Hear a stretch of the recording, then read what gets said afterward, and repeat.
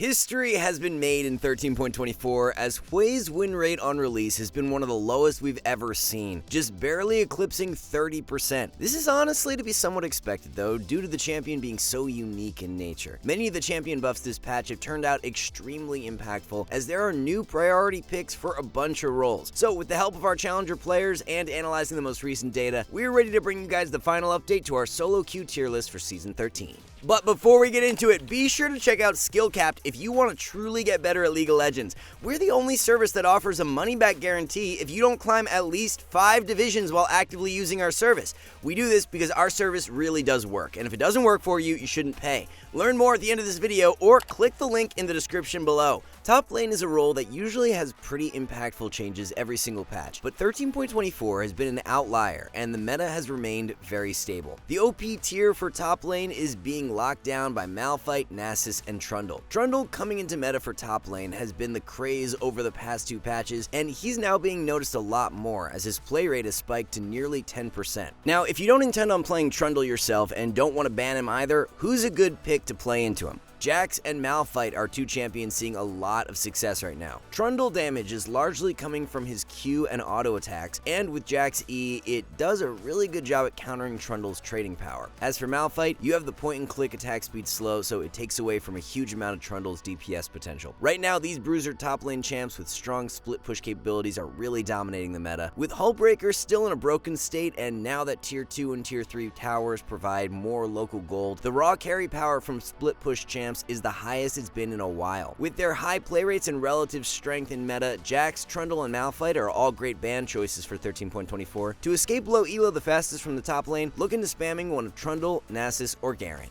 A bit of an off-meta jungler who has been gaining in popularity as of recent, and even being spammed in solo queue by pro player Canyon, is Jax. Canyon has been picking Jax into champs like Graves, Kindred, and Jarvan, who all rely on dealing damage with auto attacks to win out in skirmishes. Jax, with his dodge from E, gap close from Q, and if you run Ghost as your summoner spell, has incredible sticking power and the ability to hard counter those ranged junglers like Graves and Kindred. There's literally no way for them to kite you out when your Ghost is popped, and you just beat them in extended fights due to lethal tempo. The build is the exact same as you'd run for top lane, with a Divine Sunder Rush into Spear of Shojin 2nd and Zanya's 3rd. Here's a look at the full rune page, with lethal tempo being run for the Keystone rune. So Jax is definitely one of the more slept on junglers right now for solo queue, and we'll be moving him up into the jungle A tier for 13.24. Looking at the jungle tier list, everything has played out to our expectations this patch. OP tier is once again being controlled by Nocturne, as he's continuing to perform a cut above everyone else. Gragas was the only jungler buff for this patch, and he's gained about 1% on his overall win rate, which is no surprise there. We moved Gragas up into the jungle A tier for the pre-patch tier list, and we like that placement for him after seeing how the changes have panned out. 2 junglers nerfed for 13.24 were Briar and Ivern, and the nerfs really didn't do anything to significantly affect the power of either champ. Briar is still a very powerful S tier jungler, and despite the nerfs to Briar's AD ratio on her ultimate, lethality builds continue to outperform Bruiser. Ghostblade into the Collector with Hail of Blades for the Keystone rune is the optimal setup right now. A few of the highest value bans from the jungle for this patch include Briar, Nocturne, and Evelynn. Brand, Shyvana, and Nocturne are who we have rated the highest for the lower brackets of play.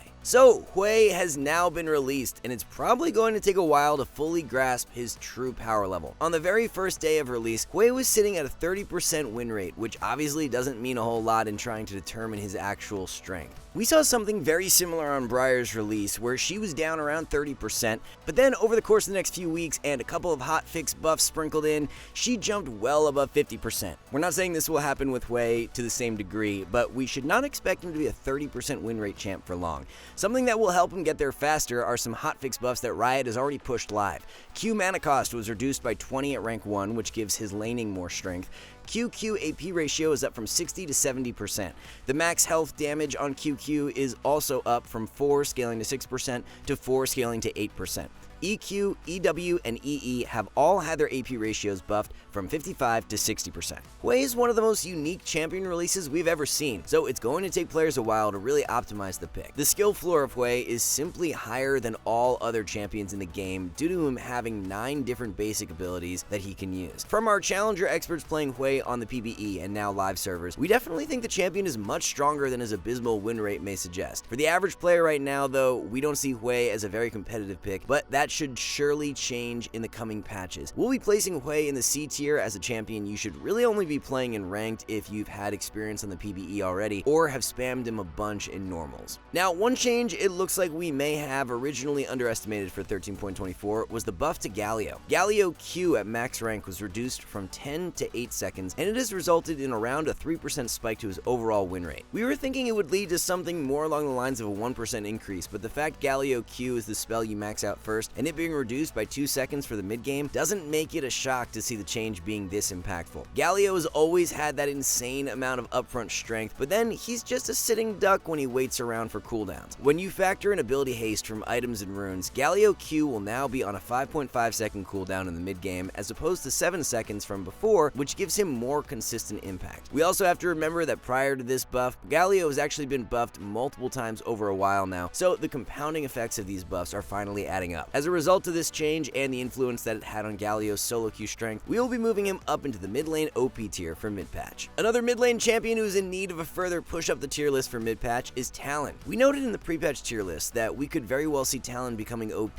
due to the buff, but we didn't want to jump the gun and move him up due to the unique nature of the change. Well, now that the change has made it to live servers, it's clear the buff has been quite significant and will be giving Talon that push into OP for mid patch. If you guys didn't catch the patch notes, Talon's ranged Q now resets his auto attack, so you've got more upfront DPS potential. So if we take a look at the complete mid lane tier list, the OP tier looks quite a bit different now as Talon and Galio move up and join Sylas. This means a demotion for Orianna and Syndra, both getting the bump down into S tier. Due to their buffs, Galio and Talon are just better solo queue carries than Orianna and Syndra are. More map impact and snowball power coming out of Galio and Talon, which gives them more agency over how games play out. This isn't to say that Orianna and Syndra are weak by any means, still great picks, but just not in that upper echelon for solo queue anymore. A few mid lane champions that are well worth the ban for 13.24 include Talon, Orianna, and Sylas. Malzahar, Aurelion Sol, and Brand are who we rate the highest for the lower ranks. Making a really nice push back into meta for 13.24 and giving the ADC role more variety is Lucian. Lucian has been an average or below average pick for many months now, but the buff to his E has allowed him to escape the doghouse. Last time Lucian was in meta, it was his synergy with Nami that really pushed him over the top. The synergy was then nerfed, which led to Lucian falling out of meta. So this time around, Lucian is no longer super reliant on the Nami duo to see maximum success, so he's in a much healthier and more powerful spot overall. We noted in the pre-patch tier list that we could see Lucian turning into a fringe S tier pick with this buff, and that's exactly how it's panned out. If you were wanting to play an ADC who has the ability to be more consistently aggressive throughout the early game, Lucian is definitely the pick now. Braum and Leona both buffed for 13.24 is also really nice for someone like Lucian, who wants to play with those supports who can enable his all-in burst power. So in regards to Lucian's tier list placement, he'll be getting that extra bump from A into S tier. Here's a look at how the ADC meta is shaping out for 13.24. OP tier will consist of just one champion, once again being Vayne. There's honestly a plethora of great ADCs in meta to close out Season 13. There's not a single ADC who is taking up the majority of play rate right now, which is quite a rare occurrence for the ADC role. Zeri, Aphelios, and Kalista are the few outliers who are significantly weaker solo queue picks right now, but other than that, you can play anyone else and see great results. A couple of the ADCs we have highest on the ban list for 13.24 include Jinx, Vayne, and Draven. Ziggs, Misfortune, and Jinx are who we recommend the most for the lower elos. Without question, the biggest winner from the support role in 13.24 has been Leona. The buffs have been quite significant, seeing Leona's overall win rate increase by over 2%, and she's back to being a great S tier support. It was a long while there where Leona was absent from meta, so it's nice to see a bit of variety back when it comes down to melee engaged supports. Rakan had been the highest priority for a very long time, but he's got some competition now. If you're looking to pick up Leona, definitely give the Radiant Virtue Rush a go. The item is being heavily prioritized in high elo, but in the lower ranks, it's very rarely purchased. In Masters and above, Radiant is rushed on Leona in 30% of games and has the highest win rate for any mythic item by far. Vice versa, in Silver, it's only played in 3% of games, but has an even higher win rate than in Masters. Overall, don't sleep on Leona, and especially don't sleep on Radiant Virtue Leona, as she's an extremely powerful S tier support. So if we take a look at the support tier list, Riot decided there would be no major shakeup for the final patch of the season. Zyra, Blitzcrank, and Janna will be the premier carries to end off Season 13. It's pretty rare that we see 3 champions each from completely different classes in the OP tier, but right now, there really isn't one class of supports that are overly dominant. We moved both Leona and Braum up the tier list during pre-patch, and those adjustments have played out to our expectations now that the changes have been live for a few days. Hui is actually being pulled out in the support role a little bit so far, and is seeing very similar results to mid lane. Win rate is slightly higher actually especially for support, than for mid at the time of making this video, so we'll have to keep an eye on Hui's viability in the support role for the coming patches. If you're really serious about climbing for end of season, then we would definitely recommend you stay away from Hui, but it could be a worthwhile support pick down the road. For a couple of supports that are ban-worthy in 13.24, we have Senna, Blitzcrank, and Rakan. Brand, Zyra, and Morgana are a cut above all else when it comes down to low elo support carries.